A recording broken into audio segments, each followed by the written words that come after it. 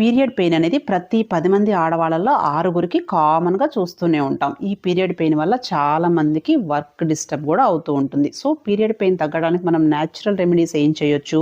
ఒకటి పొట్ట మీద కానీ నడుము మీద కానీ హాట్ ప్యాక్స్ అప్లై చేసుకోవటం. ఇంకొకటి ఏంటి అంటే నడుముకి స్ట్రెచ్చింగ్ ఎక్సర్సైజెస్ చేసుకోవచ్చు.